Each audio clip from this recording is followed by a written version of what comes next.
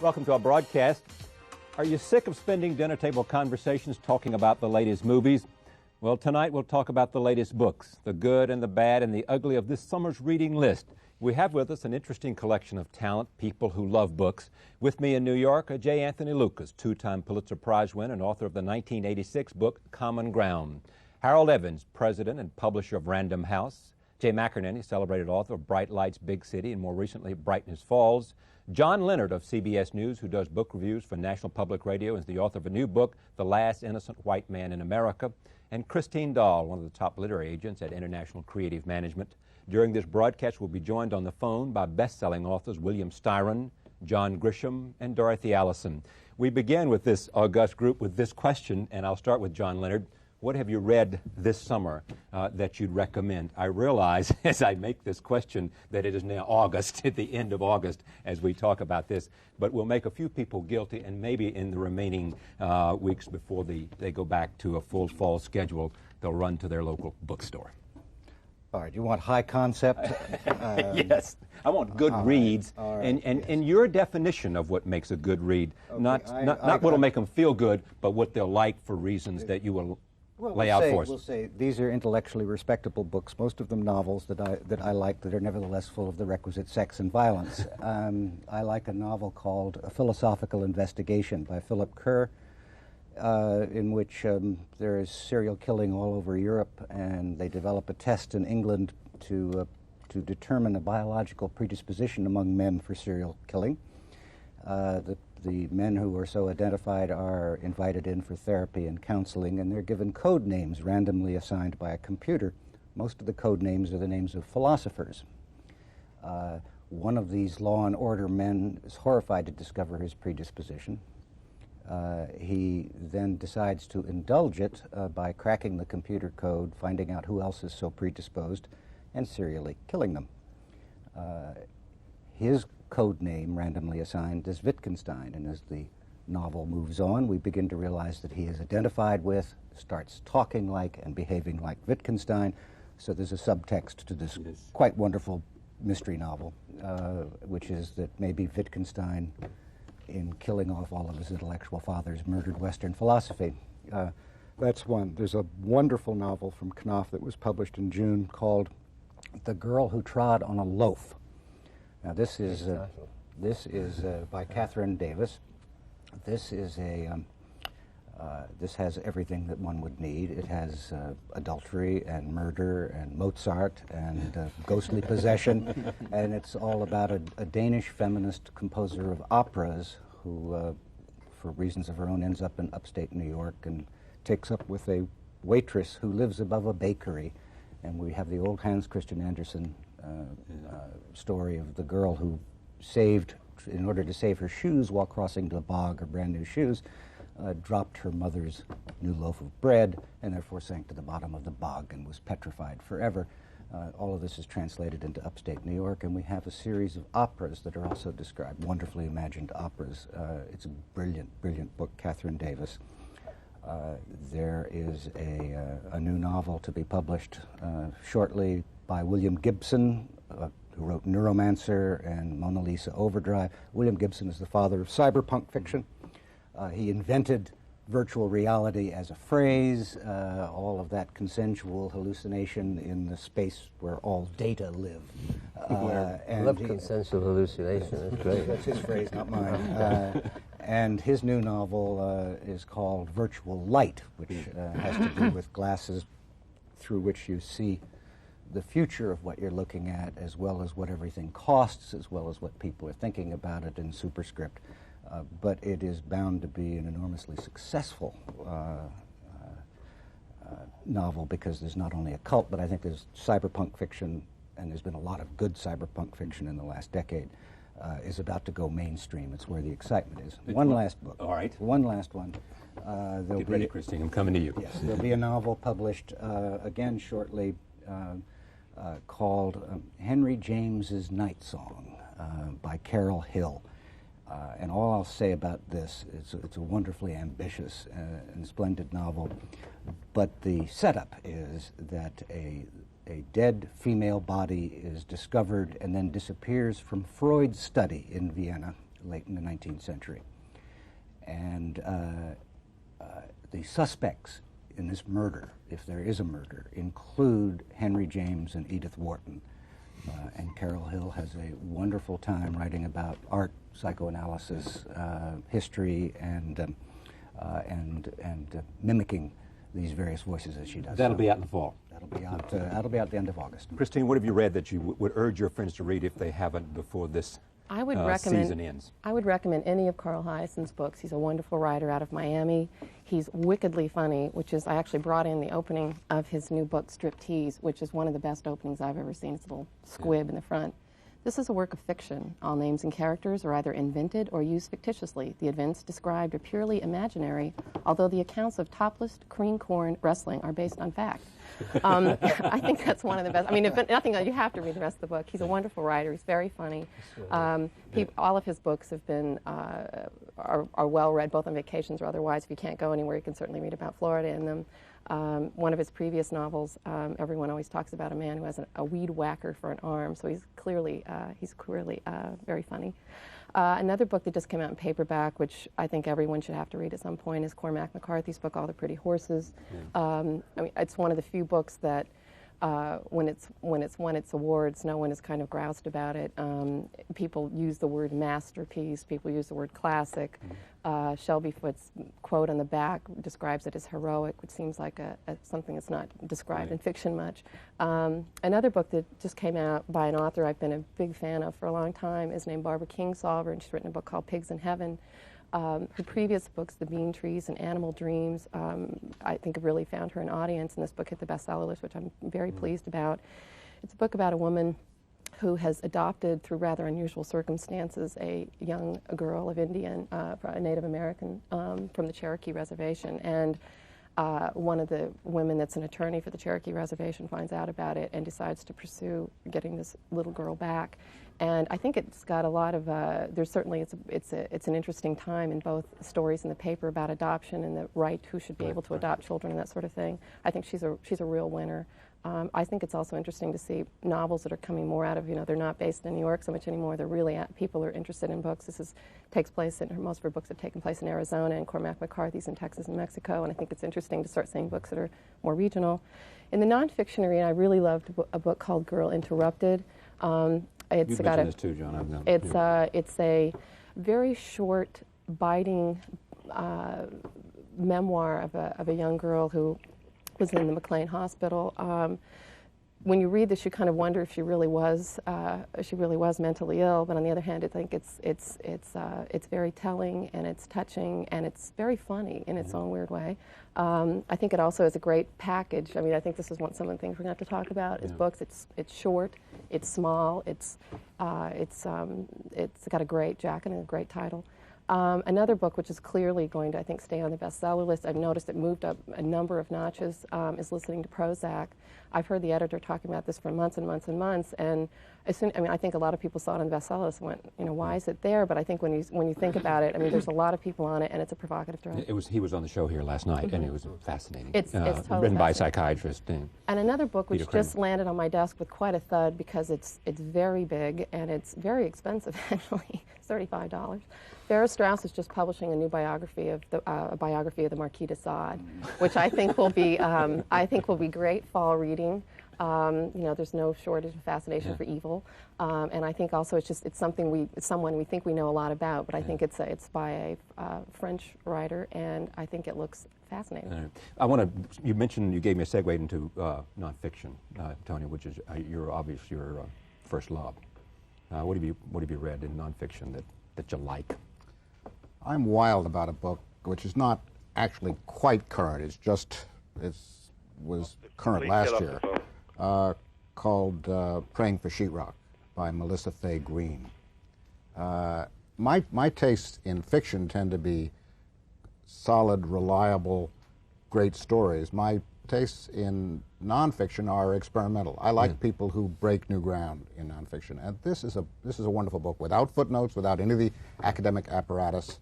It's a book about a South Carolina county in which the author and her husband lived during the Civil Rights Movement. and the prose is luminous. And the story it tells is a personal story, but is with large resonance. And it's a book that was nominated. I'll tell you a curious little thing about this book. The book was nominated for the National Book Award. It was one of the 5 finalists. And it was the secret favorite among a lot of people who knew the 5 books that were nominated, I think. I was at the cocktail party after the award and spoke to one of the judges and said to one of the judges, frankly, that I was disappointed that her book did not get it. And he said, so was I. And let me tell you why it didn't get it. He said, there were 2 judges on this panel who took the position that no book without footnotes can win the National Book Award for nonfiction. And I think that's very sad. I think this is an absolutely wonderful book, which should have been accepted on its own face, footnotes or no.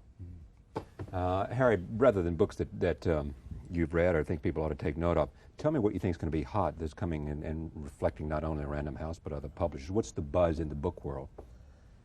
Well, William Styron's new 3 novellas called Tidewater Morning, which I have right here, yes. He has.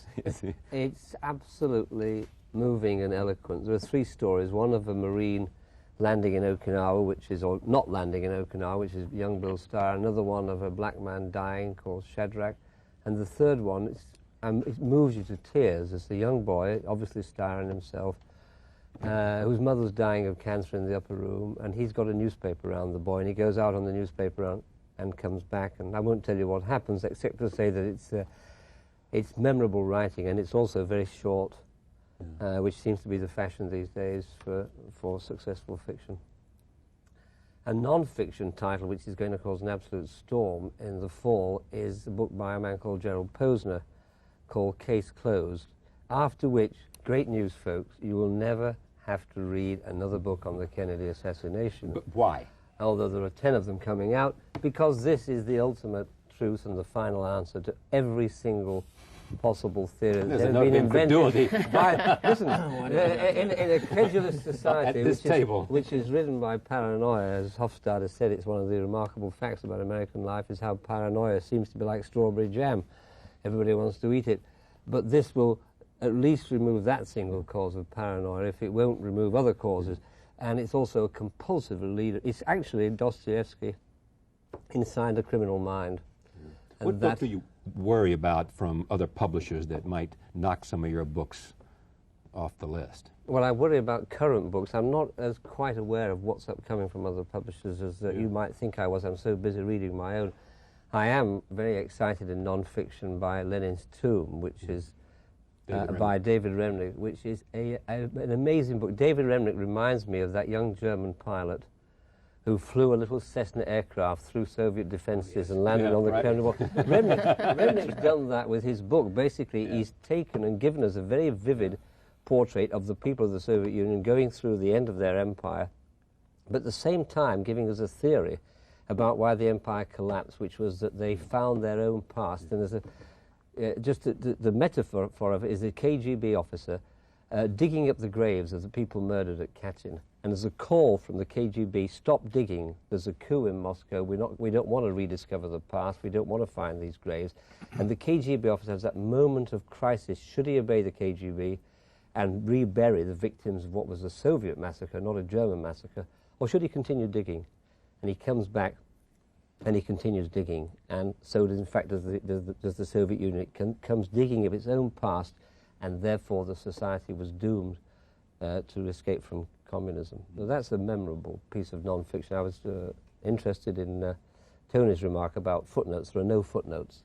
It's all fact. Yeah. Do you share that? I mean, do you share that feeling about the Remnick book on Lenin's Tomb? Yes, I think it's a wonderful. It's a great sense of great first effort. Could I just ask Harry a question about Case Closed? I've been hearing a lot about this from your able editor Bob Loomis, who I think waxes rhapsodic about it every time I talk. He talks about it. Down, yeah. But yeah, aren't you? Isn't the way this book is being promoted, even at this point, that it answers all questions, sets all doubts at rest? Aren't you setting yourself up for reviews which say, yes. Fellas? Well, in fact, it's a very good point, because I was thinking about the McGinnis book and so on, And publishers, you know, unlike newspaper editors, often distance themselves from their books. We can't possibly have discovered all the things that McInerney alleges or whatever it may be, or that Turner Luke. I mean, he's on his own out there, and we are just standing back. In fact, we took the trouble, all of us who've read this book, to question the author, to have it fact-checked, to answer every reasonable question. Then we sent it out to a panel of other people, notorious skeptics, and asked them to find holes in it. Nobody did. They all praised it. And in fact, the very curious thing is that if you lie, and I know nobody around this table has ever done so, but I'll tell you because I have, it's very hard to remember the lies you've told. The truth is always easy to remember. And the thing about the Case Closed by Gerald Posner is that it's the truth that illuminates all those corners and gets rid of them all in a convincing way. Because as you know, as you're reading it, it's true, because it has that luminosity. We agreed. We'll get back to you. We'll reconvene here. We agreed before the red light went on over the camera that we would not discuss Joe McGinnis's book in this session. But I have to say that as someone who was press ganged into attending Mary Parrott Nichols's class in the Kennedy assassination down at the New School, before a crowd of, they were more than skeptics. They were people for whom the conspiracy theory, so many different conspiracy theories, were jumping beans. That's what kept them alive. I think that you underestimate the need of the public to have a dark secret that will never be revealed about this assassination. I will obviously read the book and look forward to it, but I tend to the need of the public have a dark secret attend this assassination, to explain too much, to explain everything that's gone wrong, that no one book can possibly take away what is a deeply felt emotional need for it never to come out. I think there's a very good point there. For us still to believe in something else. I go along with Bill Sheed once said that when it came to the Kennedy assassination, that he saved time by believing all the conspiracy theories. Well, I think that's the role that fiction often fills in our lives, and if the DeLillo especially. But if the job of nonfiction is to essentially uncover and reveal and shine a light into dark corners and illuminate, I think that one of the things that we want fiction to do is to reinvest life with a sense of mystery and of wonder and strangeness. And I think that I don't think that any of the blockbusters that have been released this summer or this fall are in danger of passing unnoticed. But I'd just like to put in a word for some new first novels, in fact, that I've been reading this summer. And I'm happy to report that there still are literary first novels being published, although one worries that they're getting a little crowded out in the chain bookstores. When, with no offense to any of the blockbuster authors, you have row upon row Grisham and Crichton and Tom Clancy. Some of the first novels I've enjoyed this summer, though, all of them pretty much published this season, have been Dorothy Allison's book, Bastard Out of Carolina, is a wonderful. She's going to be with us a little bit later. Wonderful book. Book published this spring by Jeff Eugenides called The Virgin Suicides, and a book by Dale Peck, Martin and John, a gay love story. And a really hard to describe and mysterious and wonderful book by a short story writer named Mark Richard called Fish Boy. These are all first novels that somehow have made it to the publishers' desks, that have been published and have actually, all of these, none of these novels have been greeted with anything but relative acclaim. But I think that in summer we tend to often to concentrate on the monster blockbusters, and I have to say that as a summer reader, I may turn down my concentration a little bit, but I'm unable to read what I call light lit, even on the beach. I'm just unable to read a book that essentially confirms all of my basic assumptions about life, rather than challenging my basic assumptions about life. And I think that, you know, the great summer reads, to me, when you want a book with a lot of plot, a little sexual interest, as something long enough to last a week, I think that we still have this huge reservoir of Dickens, Trollope, Thackeray, and Balzac to go back to. I so agree with that, because I was going to recommend going back to Middlemarch. Yeah. Because there's so much about women today which frightens and terrifies us all, and the image of them is so wrong in my view. I'd just like to read you this from Middlemarch. Women were expected to have weak opinions. This is in Victorian society. But the great safeguard of society and of domestic life was that opinions that were not acted on. Sane people did what their neighbours did, so that if any lunatics were at large, one might know and avoid them. I mean, it's full of wit and observation, and I think rereading the classics as you get older in life, you see them again differently. If you reread Gatsby now, it reads differently from when you were 25. Yeah. Or I think if you reread Vanity Fair, that's probably the best book on New York in the 80s that was ever written. I mean, it happens to have been set in the 40s in London. Let me go to Martha's Vineyard. William Styron is there. He is a Pulitzer Prize winner, as all of you know, author of Sophie's Choice, Confessions of Nat Turner, and other books, including, as we have taken note, a soon-to-be-released collection called A Tidewater Morning. Bill Styron, we wish you were here with us, but I suspect, all things considered, you'd rather be in Martha's Vineyard on a Thursday morning. Tell me what I'm on the lawn. What have you been reading, and what do you like? Well, I tell you, the book that's absolutely galvanized me, if that's the word, this summer is The Galleys of a book to be published by Little Brown by Willie Morris called New York Days. A memoir? It's a memoir, a long, rich, beautifully put together autobiography about Willie's days as the editor of Harper's Magazine. Now, it's not just that, because it's, to my mind, an unbelievably rich description of the 1960s in all their glory and turmoil. And Willie's descriptive powers are really at their best in this book. I was just stunned when I read it. I have to confess that I am one of the cameo players in the book, along with people like Mailer and a lot of other, Ralph Ellison, a lot of other of Willie's acquaintances and friends. Still, had I not been on display in the book, I think I would have to go on record saying it's one of the finest memoirs I've ever read. It's an absolutely marvelous book. Anything else? I have been reading, for some reason, a book about a favorite scoundrel of mine.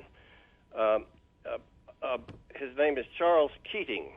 It's a book called Trust Me. You mean from the savings and loan scandal? That's it. Yes. It's a sleeper. Random House sent it to me, and I didn't think it would be my cup of tea, but it's an absolutely wonderful book, because the man is so dreadful, and it's written with such, I think, perception and a great deal of humor, oddly enough, that it's just a perfect portrayal, to my mind, of the whole savings and loan scoundrel, and especially the role played by this demonic, weird man named Charles F. Keating. Yeah. It's quite a remarkable book. Bill, thank you for joining us. Right up. Pleasure to have you here. Let me just mention the McGinnis thing, because we have done on this program, and I didn't want to spend a lot of time on the McGinnis phenomenon, because I've done a discussion of that here on this program, and I've had Joe McGinnis here on this program, and that was the reason. But let me just speak to it briefly. Tell me what, Tony, what we can, what can we add to the McGinnis story at this stage? Well, because it was the hottest controversy in the publishing world, I suspect, of the year. And this wasn't supposed to be a summer book. Right. But no, that's right. It's a deep fall book. Joe is a friend of mine, and I'd rather not address the question, which has been well hashed over here, as to whether it's a good book or a bad book. But I'll tell you what does concern me. I think we could all agree that whether it's deserved or not deserved, there's been almost an orgy of name-calling about this book. And what concerns me is that this attack on this book, with a virulence that I cannot recall in my lifetime, may, and I would like to address this in a way as a question to Herrick, may drive publishers, agents, and writers of nonfiction back to a kind of false orthodoxy in the writing of nonfiction. It seems to me that would be very unfortunate, because the last 3 decades in this country, I think, have been a period of enormous flowering of nonfiction in many different guises.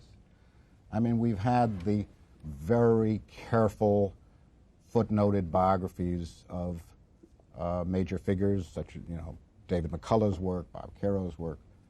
But we have also had Norman Mailer's Armies of the Night, Hunter Thompson's Fear and Loathing in Las Vegas, Woodward and Bernstein. Woodward and Bernstein. And in Cold Blood.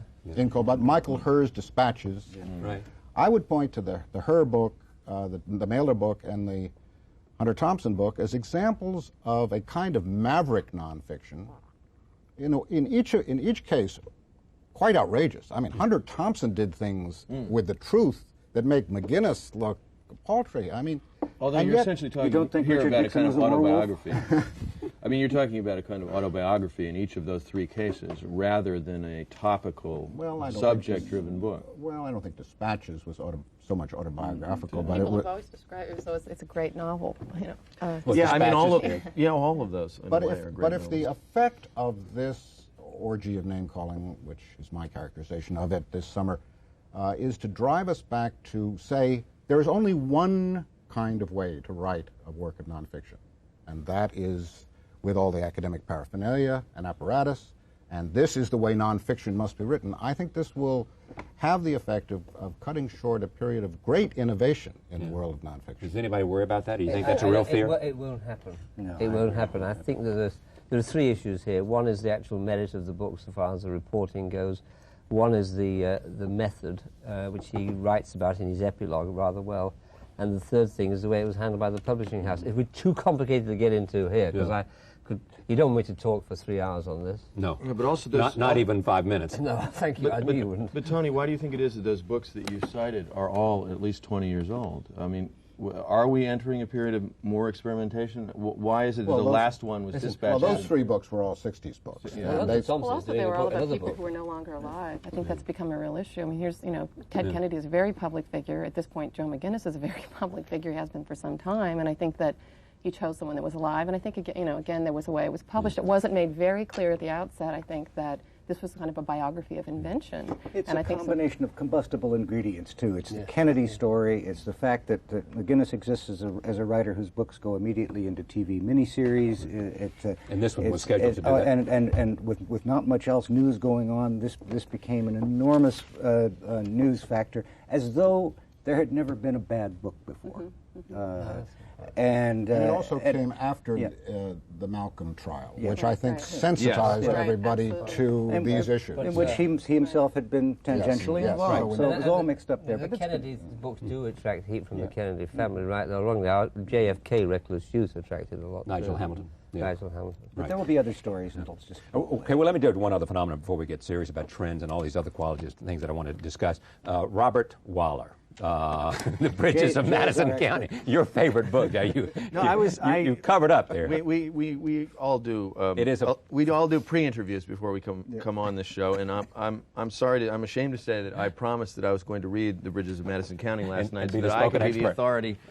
And I'm not. I still haven't read it, but there's so many other people in America have that I don't feel too bad. What's going on with this book in terms of it now sits as of Sunday back at #1 on the nonfiction? I mean, on the fiction bestseller list. I think again, this is the kind of the advent at that point of small, precious publishing. I mean, it's slow small, price. precious publishing. Well, it's small. It's almost a gift. It's the way it's published. It's small. It's cheap. I think publishers' pricing has become very important in publishing. I think America loves a great romance. Yeah. I was talking to one of my colleagues who said, I'm one of the most cynical women that ever walked the earth, but I got a tear in my eye when I read this book. I knew it was going to be big.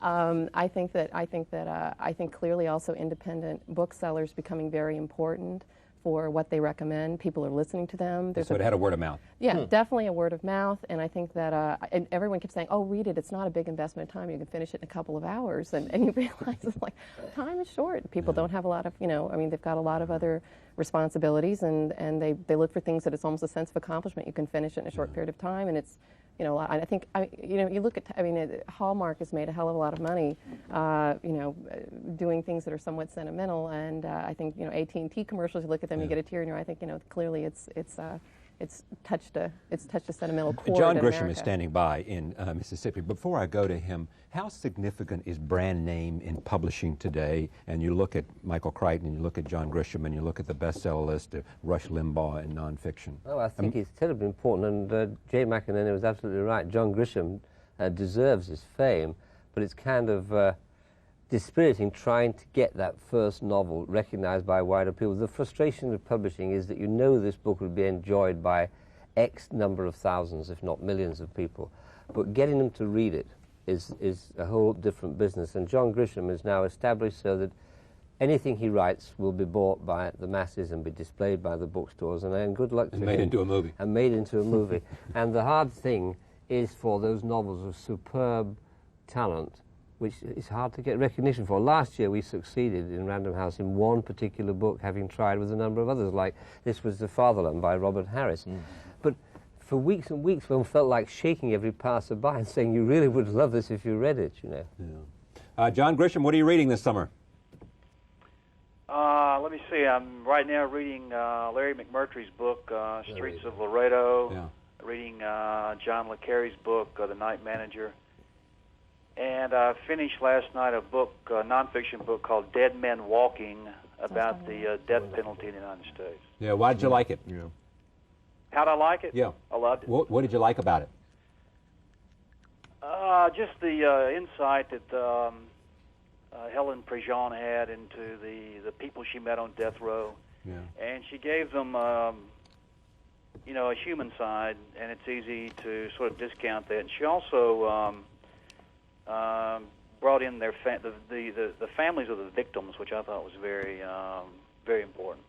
I enjoyed the book a great deal. Do you read primarily nonfiction or fiction when you are not writing? Primarily fiction. I don't read a lot of nonfiction. The novel I'm writing now is about the death penalty, so that's one reason I chose this book, and I'm glad I did. But normally I stick to fiction. Yeah. Why do you think the success of your books, you believe that the first one, which didn't sell very well when it first went on, I've forgotten it, that Time to Kill, was the best of the ones that have been out so far, don't you? Oh yeah, by far. Yeah. And why is that? I mean, just simply in your judgment, it's the best thing you've written. Well, there's a lot of sentimental attachment to the first one. I don't care how many you write, you always feel special toward the first book you ever got published. And the book is better because it was written over a long period of time when I never dreamed I'd get it published, and so there was no deadline to force me to finish the book. I didn't know if it would ever get finished, let alone published. When you write now, do you have any eye to the movies? I'd be lying if I said I didn't. Obviously, when I write a book now, it's going to be looked at by a lot of people in the movie. I guess even before I write a book now, they want to know what the next book is, which is kind of it's kind of crazy, I think, to sell the movie rights to a book before you write it. I mean, I just did that. I don't know if I'll do it again. You sold the movie rights before you've written the book? Yeah, for the one I'm writing now. I mean, I've written a little bit of the book, and we sold the film rights a couple of 3 weeks ago for just based on a 2 or 3 cents pitch, I guess. And it really was not my idea. Of course, I could have stopped it if I wanted to, but if they're going to throw that kind of money at me, I'd be crazy not to take it. Do it before the end of the year. It's An honest man. Go ahead, John. It's a time saver, too. You sell it to the movies, then maybe you don't have to write. John, thanks for joining us. Sure. Pleasure to have you. Yeah, my pleasure. Let me talk about what the trends are in this business. If you look around in terms of publishing and the book business. Let me address something that Christine said earlier. As someone who's mainly known as a New York novelist, I was a little surprised when Christine said that, well, now there are novels coming out of places other than New York. I published my first novel in 1984, and Random House, which was my publisher at the time, several people at Random House said, nobody reads books about New York, set in New York, no one's interested in New York, think about it, there hasn't been a big New York book in 20, 30 years. Subsequently, that book was quite successful, and of course there's Bonfire of the Vanities and some other books. There was a brief flurry of New York fiction in the 80s, but honestly I think that our fiction has almost always been regional fiction more than the publishers may be in New York, many of the readers may be in New York, but I think that some of our most of our best fiction is regional and scattered throughout the country. And one of the things that I think is happening now is that a lot of people who didn't have voices before are publishing books, publishing stories. I hate to bring up the dread word multiculturalism. When it's a prescription, a prescription, it's disastrous. But as a description of what's happening in fiction, I think it's pretty accurate. When you talk about, I look at the success of Terry McMillan, who's writing about black working women, a group that really never had a voice in the serious fictional arena. I'm thinking of Jess Mowry and Abraham Rodriguez Jr., two writers who are writing essentially about their experience on either coast in the ghettos. There's, of course, Louise Erdrich has been with us for quite a while now, writing about the American Indian experience. A writer named Sherman Alexie, who's a Coeur d'Alene, Spokane Indian, is publishing a wonderful book this fall. And you mentioned Dale Peck. Dale Peck. There's Dorothy Allison, who's writing about a group that she herself sometimes describes as white trash. She's also writing about the lesbian experience, something that has not been mainstream in our culture until very recently. And I think it's a great, even as a white male, I'm certainly interested in getting this news from other parts of the culture, and I think we're getting much more of it than we ever got before. Go ahead. I just wanted to say that I agree with all of that. It's true.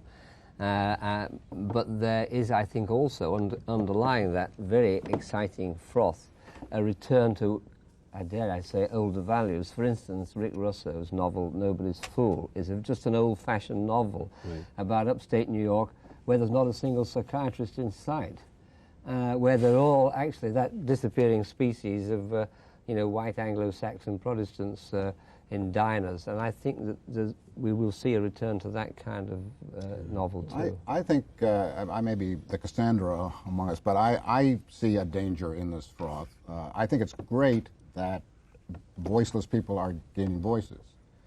But I think, as Arthur Schlesinger warned a little while ago, that in the rush to give voice to the voiceless, we are at times in danger of losing the sense of what we have in common, that there is anything that we have in common. And I have not read Russo's book, but I mean, I think there is not to try to halt the rush toward multiculturalism, but to balance it with some sense of what we share as Americans. But isn't that the obligation of an author, just to go ahead and make those points rather than... It's not even that, but the way the culture represents itself in all of its mass media is hardly one that is neglecting the white Anglo-Saxon Protestant or the male point of view. Not even this table does.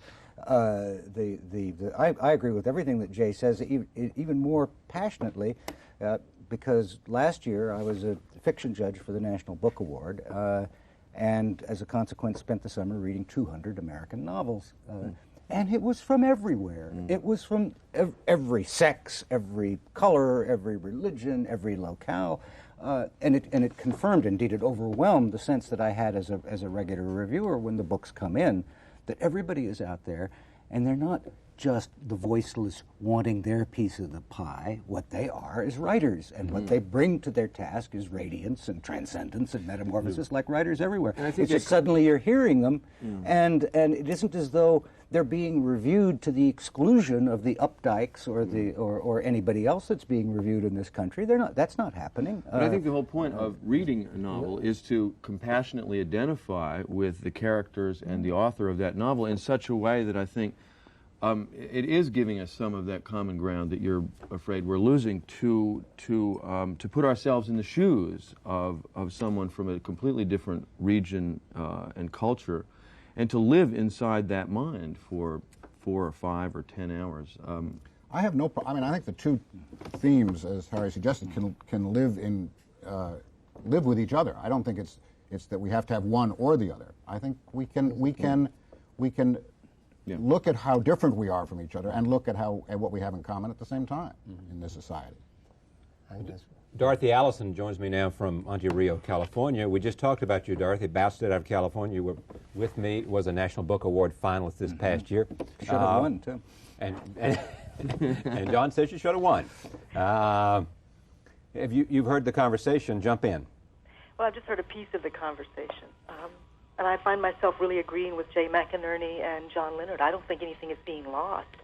I think there are a tremendous number of marvelous books. And I think it's better now than it was 2 decades ago when there just wasn't this diversity. Recommend what you have been reading, or somebody that we might take note of that we might have missed. Oh, but see, I'm a reader. I am a reader. I read everything.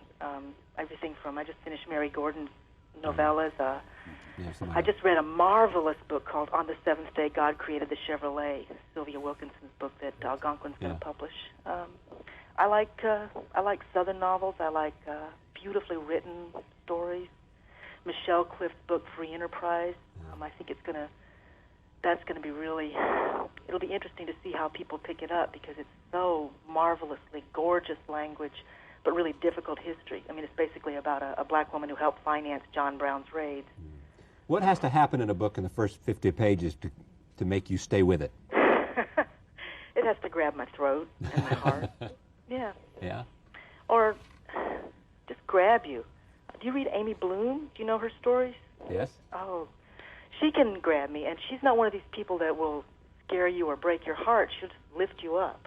I love her Dark of the Night, when you're feeling wretched, I pick her up. Mostly language, mostly people who seem to really sing. Language. Yeah. John, Bernard Cooper, he's got Year of Rhymes, a novel, and I haven't finished it, I just got it, but I fell in love with his short stories. When his people talk, they make me believe in the possibility of really loving people, you know? Yes. Yeah. You joined me here at this table, and we had a long conversation about Bestseller for Carolina. What has all the attention to that done for you, and how is it different now that you have, after 10 years of work on that book, received the success that you do in terms of publishing next time? It scared the... Well, it's been a wonderful and a distraction. It means that I get stacks of galleys. I mean, we got through the winter burning galleys.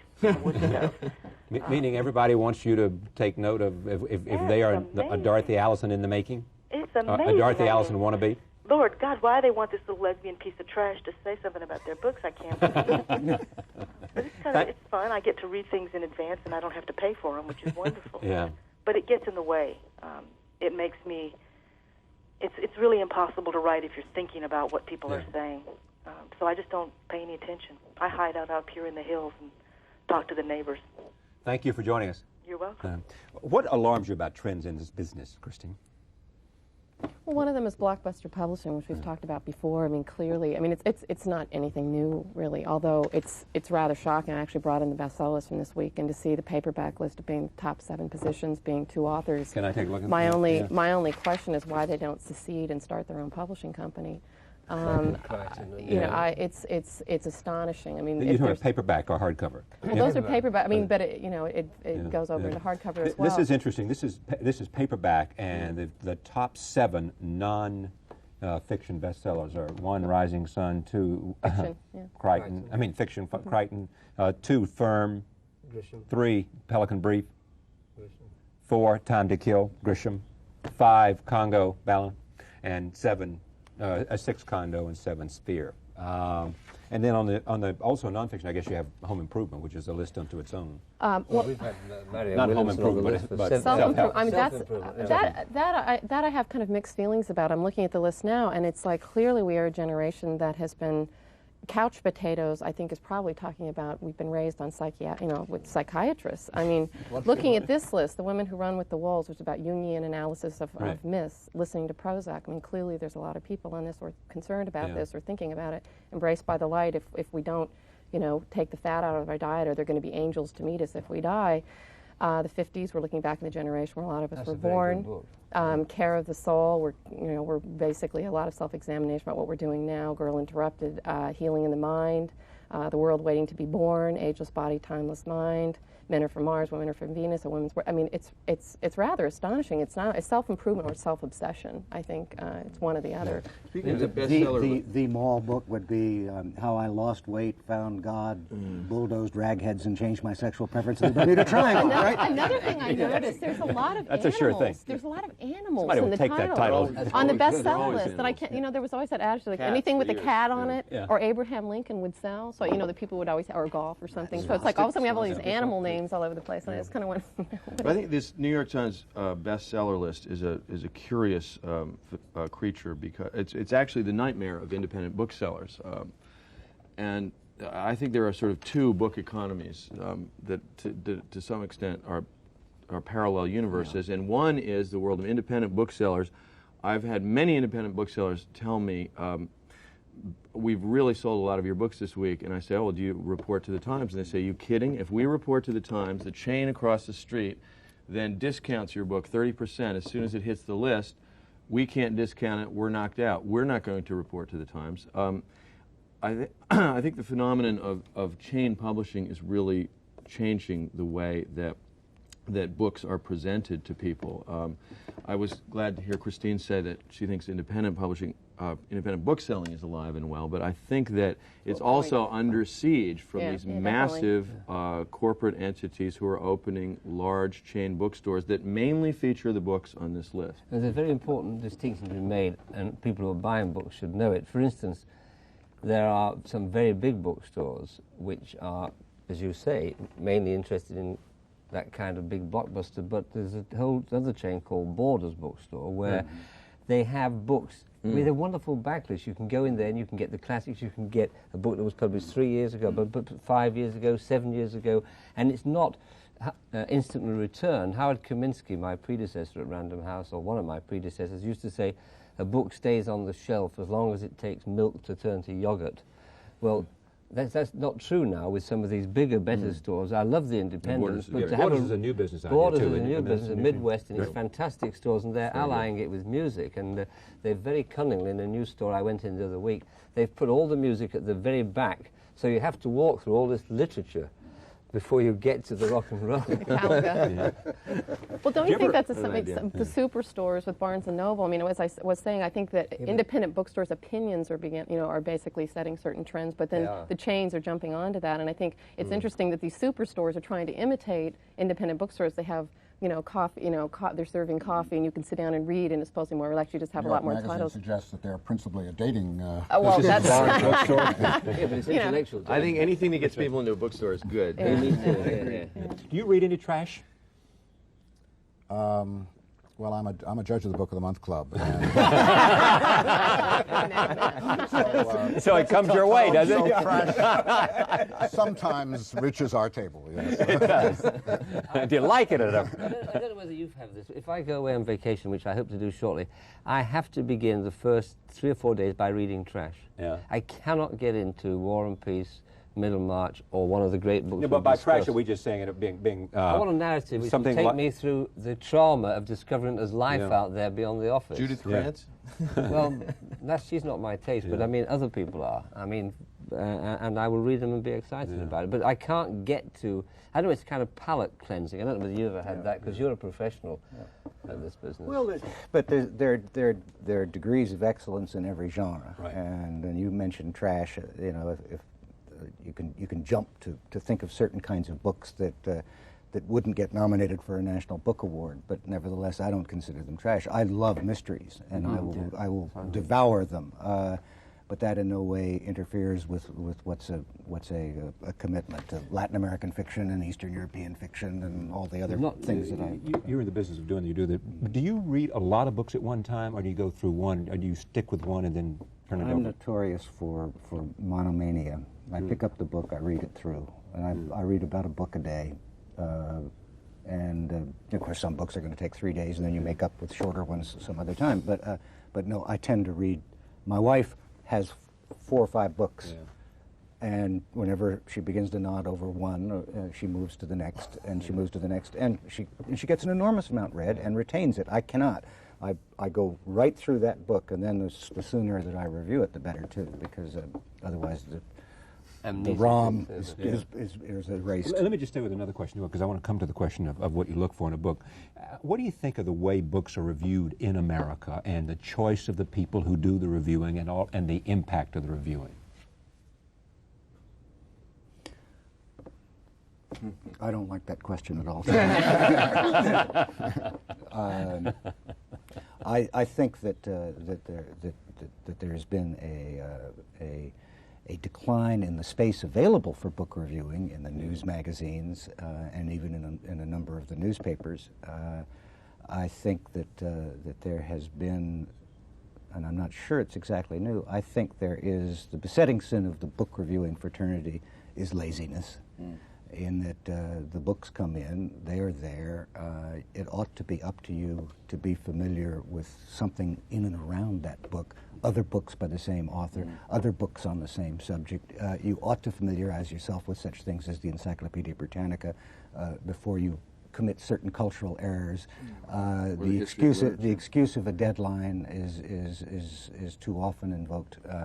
When what is, after all, not an onerous job, it is in fact one of the most wonderful jobs in the world, to be paid to read books and form opinions, you go out a little bit more because somebody worked very hard to produce this thing that is giving you pleasure, and your work ought to be smart enough to be able to review it. And then when you review it, it ought to be, and I say this distinguishing then between a book reviewer and the lofty critic. It seems to me that when a book reviewer likes a book, cares about a book, some attempt should be made in the crafting of the book review in order to recreate in the reader the same enthusiasm that you had to make that reader want that book. Something happened. And so you craft it. A book review can be written in any way or shape or form, just like a short story. You can start anywhere. You can start with a quote. You can start with a generalization. You can start with a comparison. And yet the average book review we read is 7 paragraphs of plot summary followed by a paragraph of opinion. Usually stolen from the jacket of the book. And looking for one reason to say, well, except I didn't like this about it. And with a standard quibble or some redeeming quality. I think the thing that distresses me most about book reviewing, without getting into any names, but and there are wonderful exceptions. But the thing that distresses me most is the sense that somehow it is beneath you to advocate a book that you care about. I love that. And when I edited the Times book review, I wanted to use the front page to discover. Right. And when I write reviews now, whenever I write reviews, the point is to make the reader stand up and want this book as much as you felt when you were reading it. No, I think that's well said, and reflective of other kinds of criticism too. As a publisher, the worst thing is to see a very good book reviewed and dismissed shortly with a little sneer. If it's bad, it should be destroyed or ignored. But the rousal of enthusiasm for the treasures of literature is a wonderful description of the job that ought to be done. What do you look for in the first 25, 50 pages of a book for you to grab you? I mean, Dorothy said it has to grab you by the neck, and well, the books that really grab me by the neck tend to be nonfiction, and telling a story you want to know about. I'm a story that I want to know about, but a story told with a fresh eye, an eye that is not. I mean, I don't read many books by Washington correspondents about Washington that really grab me, because these eyes are not fresh. One last word, because I'm out of time. In a word, you believe the book business is healthy, and that you're optimistic about writers and finding as I was saying, when I look at the bestsellers, there's what I'm optimistic about is that for all of the books that you could have, you predicted that were going to be on there, the book list and books that sell and some of the bestsellers that are unexpected, it's still somewhat of a lottery, especially in nonfiction, I think. I think that there's a lot of books that are here that no one predicted at all. One of my own clients' books, David Osborne, Ted Gabler's book called Reinventing Government. I couldn't sell that to save my life. I sold it because I was larger than the editor I was pitching it to and grabbed him by the necktie and threatened him. And then the president started saying that he was using it. We got a modest advance of putting it mildly. He spent 4 years writing it. Thank you very much, Chris. Thank you, Tony. Thank you, Jay. Thank you, John. Thank you, Harry. Thank you for joining us. The World of Books. Go out and get one now. We'll see you next time.